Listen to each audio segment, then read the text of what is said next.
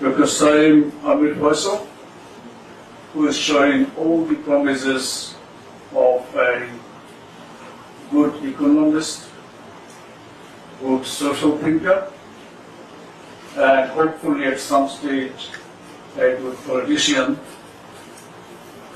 assembled respected audience. It is my absolute pleasure to be able to say some words about Saim Amir Faisal's work and about himself. I have seen many theses from the Indian subcontinent.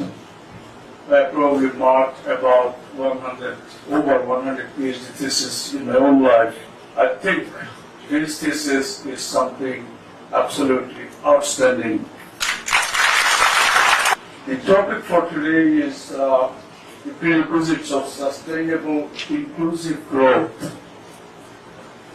These words sound pretty normal, but they are fully laden with meaning. Sustainable. It's no use doing something if it's not going to persist in the future. বাড়ি ঘর তৈরি করে কোনো লাভ নাই যদি ঝড়ে সেটা না টিকে। আমাদের সাহেব যেটা বলেছেন, ইনকাম ইনইকুয়ালিটি আর অর্থনৈতিক বৈষম্য একটা দেশের মানুষের মধ্যে, এটা হলে কি হয় তার প্রমাণ আপনারা দেখেছেন। পাকিস্তান টিকে থাকেনি অর্থনৈতিক বৈষম্যের। আমরা অর্থনৈতিক উন্নতি যতটা করতেছে আরো করবো, কিন্তু ডিস্ট্রিবিউশন ইনসার্ভিস একটা আমরা না দেখিয়ে তাহলে কিন্তু পরিণাম খারাপ হতে পারে। এই জন্য আমি পার্টিকুলারলি পছন্দ করি এবং এই বয়সের সাইম যে একটা আউটলাইন দিল কিভাবে আমরা ডেভেলপ করতে পারি, কিভাবে আমরা সেটা সুন্দরভাবে এগিয়ে নিতে পারি। সমালোচনা করা কোনো কঠিন কাজ নয়, যে কোনো লোক করতে পারে। কনস্ট্রাকটিভ সমালোচনা করা সেটা হলো যে আমরা এইভাবে এখন করছি, আরো ভালোভাবে কিভাবে করা যায়। ওই রকম মেন্টালিটি ইজ সামথিং যেটা আমাদের সবার অ্যাপ্রিশিয়েট করা উচিত। আর আরেকটা জিনিস আমাদের মনে রাখতে হবে, অ্যাগেন সাহেব খুব সুন্দরভাবে বলেছে যে আমাদের কেবল গার্মেন্টস এক্সপোর্ট করে এবং আমাদের লোকেরা মালয়েশিয়ার রাবার প্ল্যান্টেশনে আর সৌদি আরবের এই গরমের রাস্তা ঝাড়ু দিয়ে টাকা পাঠাবে, তার উপরে আমরা দেশ করব, সেটা পার্মানেন্ট হতে পারে না। কাজে দুনিয়ার যত দেশ ডেভেলপ করেছে তারা প্রথম ইন্টারনাল মার্কেট তৈরি করেছে। ডিমান্ড আমার দেশ থেকে আসতে হবে। একটা লোকের চাকরি থাকলে তার বেতন হাতে আসবে, তার বেতন হাতে আসলে সে বাজারে জিনিস কিনতে যাবে, সে বাজারে জিনিস কিনতে গেলে আরেকজন লোক সেটা উৎপাদক হয়ে জিনিস বিক্রি করতে পারবে। আমার দেশের মধ্যে যে পপুলেশন আছে, ইটস এ হিউজ অ্যাসেট। এরা যদি কিনা শুরু করে, এরা যদি কনসাম্পশন বাড়ায়, তাহলে আমাদের 10% গ্রোথ আগামী 30 বছর মতো রাখতে কোনো অসুবিধা নাই। আরেকটা জিনিস যেটা দেখলাম, সায়েন্স শুরু করবো সুন্দরভাবে কিছু ধর্মীয় কোরআন থেকে 2-4 পড়ে বলে এবং শেষ করবো ওইভাবে। এটা ইম্পর্টেন্ট। একটা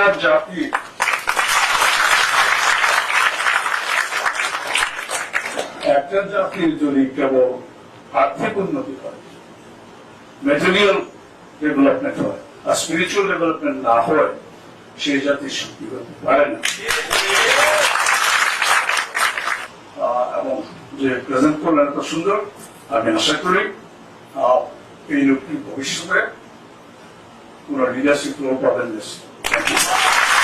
সবার আগে বাংলাদেশের লক্ষ কোটি মানুষের শ্রদ্ধার পাত্র আমাদের ইসলাম ধর্ম তথা আমাদের জাতীয়ভাবে আমাদের স্বীকৃত সবার নেতা শাহ শফি হযরত মাওলানা হাসমতুল্লাহ নাকশবন্দি মুজাদ্দেদি, তাকে স্মরণ করে আমি আমার বক্তব্য রাখছি। আজকে আমাদের এই বুক লঞ্চিং সেরিমনিতে আমাদের মূল বক্তা তার সম্পর্কে আসলে আমি খুব ছোটবেলা থেকে তাকে দেখেছি। কখনো তার এই ধরনের বক্তব্য বা তার প্রতিভা সম্পর্কে, ইভেন যখন সে পিএইচডি করে আসলো লন্ডন থেকে, আমাকে ভাইজান বললেন, আমি বললাম যে আমরা তো এই ধরনের ফ্যাকাল্টি খুঁজছি। নর্থ ইউনিভার্সিটি আপনারা জানেন আমাদের টিচারের কোনো সংখ্যা লিমিট বলে কিছু নাই। আমি একটা কথা দিয়ে শুরু করি, যে কথা বলা হয়েছে যে spiritual leadership is very very important. আমরা এই বাংলাদেশকে এখানে যারা আছেন তারা গত 30-40-50 বছর অনেকে দেখেছেন। আমারও সৌভাগ্য হয়েছে, আমিও এই দেশের মুক্তিযুদ্ধে একজন মুক্তিযোদ্ধা হিসেবে যুদ্ধ করেছি। পূর্ববর্তী সময় এবং তার পর্যায়ক্রমে আজকের অবস্থান আমি একজন সাক্ষীও বটে।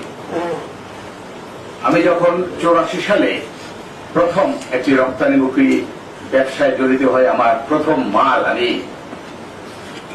নিউ ইয়র্কে পাঠালাম, আমি সারা রাত্র ঘুমাইনি। প্রথম দিন সকাল 9টায় গিয়েছি ফ্যাক্টরিতে, প্রায় 1000 খানেক শ্রমিক কাজ করছে। তখন সারাদিন করলাম, রাত্র করলাম, ভোর করলাম, সন্ধ্যার সময় মালগুলো জাহাজে তুলে দিলাম। জাহাজে মাল যায় বাংলাদেশের স্বপ্ন, সে 84 সালে এটা স্বপ্নের ব্যাপার, আমেরিকা চলে যাচ্ছে, আর আমি চলে গেলাম আইট্রসি। ইনশাআল্লাহ সেই যে জাহাজ চললো, আমরা সবসময় এই ধরনের মনীষীদের তাদের কথা মনে রাখবো, শ্রদ্ধা করব, আমাদের এটা মনে রাখতে হবে। আমাদের ডক্টর সায়েম ফয়সাল পিএইচডি করে আসছে, and it was really proud for us.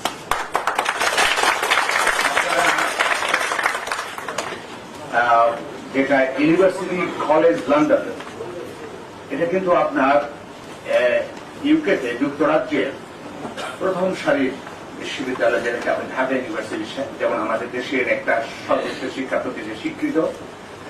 হয়তো এরকম অনেক বিশ্ববিদ্যালয় আছে, but university college London pioneer university, যেটা অক্সফোর্ড ক্যামব্রিজের সমকক্ষ। সেখান থেকে অর্থনীতিতে স্নাতক এবং স্নাতকোত্তর ডিগ্রি এবং নটিংহাম ইউনিভার্সিটি থেকে পিএইচডি করার পরে এই ধরনের শিক্ষক আমাদের প্রয়োজন ছিল। আমি ক্লাসরুমে লেকচার শোনার সুযোগ হয় নাই, বাট আজকে আমার মনে হচ্ছে যে আমাদের তাকে প্রয়োজন ছিল। এবং ট্রাস্টি চেয়ারম্যান, ইউনিভার্সিটির বোর্ড অফ ট্রাস্টির চেয়ারম্যান হিসাবে আমি গর্বিত বোধ করছি, এবং আমি অনুরোধ করব ডক্টর সায়েম ফয়সালকে আমাদের বিশ্ববিদ্যালয়ের কিছু গুরুত্বপূর্ণ দায়িত্ব আমি তাকে আগামী দিনে দিতে চাই। এবার আসি আমাদের ডক্টর সায়েম ফয়সাল।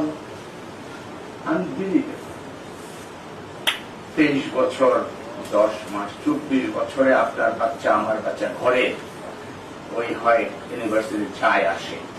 আপনারা অনেকেই জানেন পিএইচডি কোনো 1 বছরের কোর্স না, পিএইচডি 3 থেকে 4 বছরের কোর্স, বাট ব্রিলিয়ান্ট যারা তারা 3 বছরও শেষ করতে পারে বা আরো আগে পারে। এটা এমন ইউনিভার্সিটি না যেখানে উইদাউট তার রিসার্চ থিসিস শেষ না হলে তাকে ডিগ্রি দেবে। রিয়েল রিপিউটেড ইউনিভার্সিটি, সেখান থেকে সে পিএইচডি করে আসছে। এখানেও আমি বলবো, আপনাদের প্রথমেই বলেছি, আমাদের সবার শ্রদ্ধেয়, আমাদের সবার প্রিয় খাজা বাবার প্রতিনিধি হিসাবে ডক্টর সায়েম ফয়সাল আমাদের বাড়ি আসছেন। যে কথা আমাদের মাননীয় ভাইস চ্যান্সেলর সাহেব বলেছেন যে তার নেতৃত্ব আগামী দিনে শুধু এখানে সীমিত থাকবে না।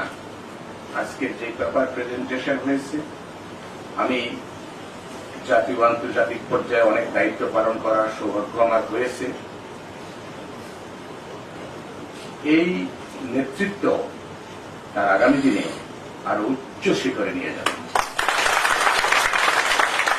আমি আজকে আমাদের সবার শ্রদ্ধেয় জাতীয় পার্টির মাননীয় চেয়ারম্যান আমাদের মাঝে উপস্থিত মোস্তফা আমির ফয়সাল, তার সামনে আমি খুব গুরুগম্ভীর্য কোনো বক্তব্য দেওয়ার সেরকম সাহসিকতা আমার নেই। তবু আমি বলবো তিনি আমাদের মাঝে উপস্থিত হয়ে এবং তার উপস্থিতি শুধু অনুপ্রেরণাই দেয়। আমরা যারা এখানে সবাই উপস্থিত, আগামী দিনে তার নেতৃত্বে যে কোনো কাজে আমরা এগিয়ে যাব।